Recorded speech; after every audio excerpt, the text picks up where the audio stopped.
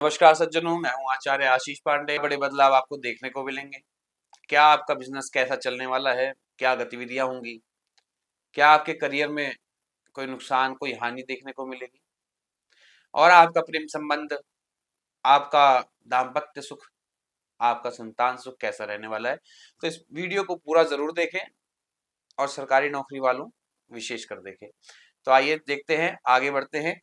सबसे पहले हम बात करेंगे आपके प्रथम भाव की, लग्न की, जो कि लग्न में गुरु विराजमान है। स्वयं जहां पे गुरु विराजमान हो जाते हैं उस कुंडली में, उस राशि में, यानी कि आपके इस महीने में जहां गुरु विराजमान अगर प्रथम भाव में हो जाते हैं तो उस कुंडली के 1.25 लाख दोष जो है वो नष्ट कर देते हैं, भस्म हो जाते हैं जलकर। पर वहीं आपके केंद्र के मालिक भी हैं, और जब केंद्र के मालिक होकर जब गुरु केंद्र में ही हो तो वो बड़ा दुख देता है।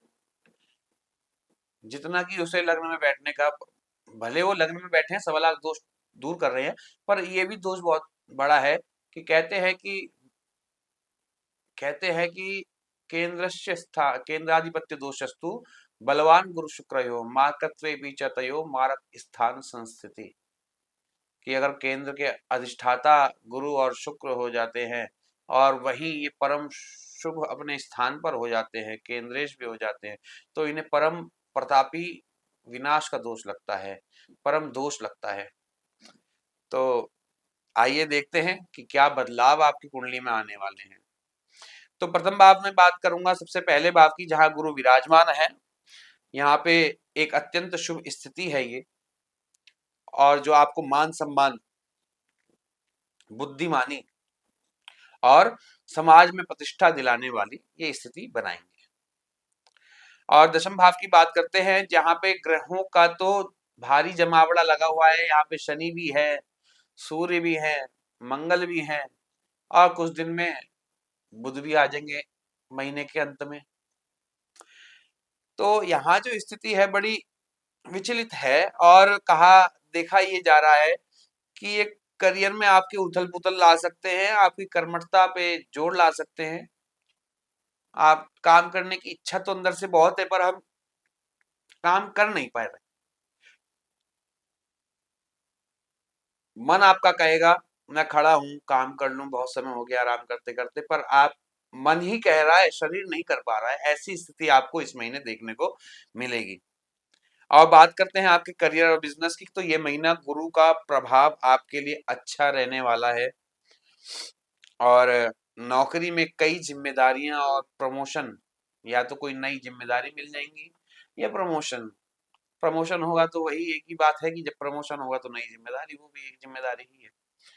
तो आपको प्रमोशन के योग बन रहे हैं, तो इसके लिए मैं आपको शुभकामनाएं देना चाहता हूं। अब बिजनेस में तो नई डील या कोई नया पार्टनर या कोई विस्तार करने का एक नया मौका आपको अपने बिजनेस को प्राप्त होगा, पर इन्वेस्टमेंट करने से पहले आप जरूर ध्यान रखें। और लेकिन जो मंगल और शनि की वजह से जो थोड़ी सी टेंशन आपको देखने को मिलेगी, क्योंकि मंगल शनि बैठकर कहीं ना कहीं आपके बिजनेस पार्टनर में भी अवरोध लाएंगे। उस अवरोध को भगवान गुरु ही ठीक कर सकते हैं, और कोई नहीं, क्योंकि गुरु वहीं शुभ प्रभाव दे रहे हैं जहां पे शनि अशुभ दे रहा है, यानी कि आपकी पार्टनरशिप में, आपके दाम्पत्य सुख में।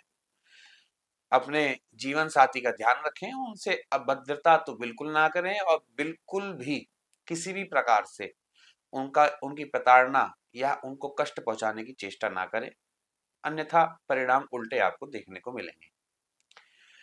धन और आर्थिक स्थिति की बात करूंगा, तो पैसे के मामले में ये जो महीना है मीडियम रहेगा, और अचानक खर्च, जैसे घर परिवार में कोई खर्च हो जाते हैं, स्वास्थ्य में किसी की, या किसी यात्रा में आप निकल जा रहे हैं, तो उसमें थोड़े बहुत खर्च हो सकते हैं। और इन्वेस्टमेंट के कदम उठाएं तो सोच और समझ कर उठाएं, धैर्य रखें, जल्दबाजी ना करें। सलाह हमारी यही रहेगी कि बड़े निवेश के लिए आपको आवश्यकता है कि आप धैर्य रखकर निर्णय लें, और बड़े इन्वेस्टमेंट को टालना बेहतर समझें।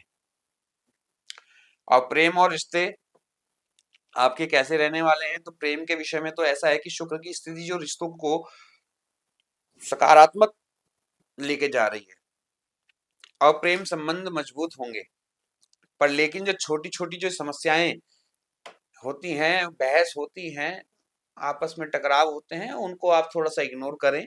शादीशुदा जीवन जिनका है उनमें साझेदारी आपको निभानी पड़ेगी, समझदारी से काम लेना पड़ेगा और सलाह हम यही बनेंगे कि संवाद बनाए रखे, अहंकार को त्यागे। अहंकार जहां बीच में लाएंगे तो भैया वहां पे दूरी भी निश्चित है।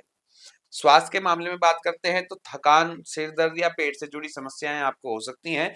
ज्यादा काम का दबाव आपकी ऊर्जा को खतरे में ला सकता है, आपकी ऊर्जा को दबा सकता है। सलाह हमारी ये रहेगी कि आप मेडिटेशन करें और पर्याप्त नींद लें, अपने आप को रेस्ट देना बहुत जरूरी है। और विशेष जो आपके जो योग बन रहे हैं, मान और सम्मान, पहचान बढ़ाने के जो योग हैं भगवान गुरु दे रहे हैं। और शत्रु और कंपटीशन भी बढ़ सकता है क्योंकि शनि वहां पर बैठकर आपके लिए अच्छे यही शत्रु और कंपटीशन बढ़ाने का काम कर रहे हैं। मेहनत का फल मिलेगा, थोड़ा धैर्य करना आपको आवश्यक है। और कुल मिलाकर ये जो अप्रैल जो 2026 का जो महीना आपके लिए जो उन्नति और चुनौतियों का मिश्रण रहेगा, और सही निर्णय और धैर्य से आप इस महीने को अपने पक्ष में कर सकते हैं। और बात करते हैं आपके मित्रों की, तो मित्रों का सहयोग इस महीने तो ना के बराबर मिलने वाला है। भाग्य में अवरोध आएगा, धर्म के प्रति अरुचि हो सकती है। धार्मिक क्रियाओं में लगे रहें, धर्म से दूर ना हटें। अपनी बुद्धि को थोड़ा सा धर्म की प्रवृत्ति अगर आप करेंगे तो आपको काफी सपोर्ट मिल सकता है। और अगर आपको हो सकता है तो इस महीने ओम ह्रीम नमः या भगवती को इत्र चढ़ाने का कार्य अगर आप करते हैं तो आपके कार्य लव साइट्स वालों के लिए भी, रिलेशनशिप वालों के लिए भी, और जिनके खर्चे ज्यादा हो रहे हैं उनके लिए भी, और जो विद्यार्थी हैं उनके लिए भी ये लाभदायक रहने वाला है।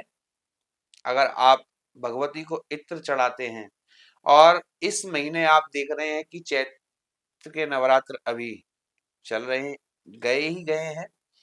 अगर आपने भगवती का पूजन अर्चन ना किया हो तो आप इस महीने जरूर करें, जिससे कि आपका जो प्रेम संबंध है, वैवाहिक संबंध है, और जो खर्च बहुत ज्यादा हो रहे हैं ये चीजें आपकी कंट्रोल में हो सके। और बात करते हैं कि आपके सुख कैसे रहेंगे, लग्जरी एसेट्स कैसे रहेंगे, तो उस पर थोड़ी सी संशय का विषय है। थोड़ा सा आपको धैर्य रखना पड़ेगा। इस महीने आप अगर कोई नए एसेट्स खरीदने जा रहे हैं तो उसमें रुक जाएं, कोई अभी नए एसेट्स ना लें, ये समय अभी आपके अनुकूल नहीं है। तो बात करते हैं दैनिक राशिफल की कि कौन सी तारीखें आपको कितना अच्छा शुभ फल देने वाली हैं और क्या हानि, कौन सी तारीखें आपको हानि पहुंचा सकती हैं जिसमें आपको नए काम की शुरुआत ना करनी चाहिए। 1 और 2 तारीख आपके लिए हानिकारक रहेगी, थोड़ा सा चिंताएं दे सकती है, मन उथल पुथल कर सकती हैं। 3, 4 और 5 तारीख आपके लिए सुलभ, अच्छी और बेहतर रहेंगी। 6 और 7 तारीख ठीक रहेंगी, मीडियम, ना ज्यादा अच्छा और ना ज्यादा बुरा। पर अगर आप कहीं बुरी आदतों में प्रवृत्त हैं तो आपके लिए पक्का बुरा होगा। 8, 9 और 10 तारीख ये सुलभ रहेंगी, अच्छी रहेंगी, परिवार में शांति का माहौल बनेगा। 11 और 12 तारीख बहुत अच्छी नहीं, वो बेकार सही, पर बेकार ही जरूर जाएगी। और 13 और 14 तारीख इसमें आपके लिए अच्छा काम होगा। इसमें आप अगर कोई पूजा पाठ से संबंधित कोई काम करते हैं या भगवान शिव का रुद्राभिषेक करते हैं तो इसमें आपको पूरे महीने के लिए उत्तरोत्तर वृद्धि का एक वरदान की तरह प्राप्त होगा।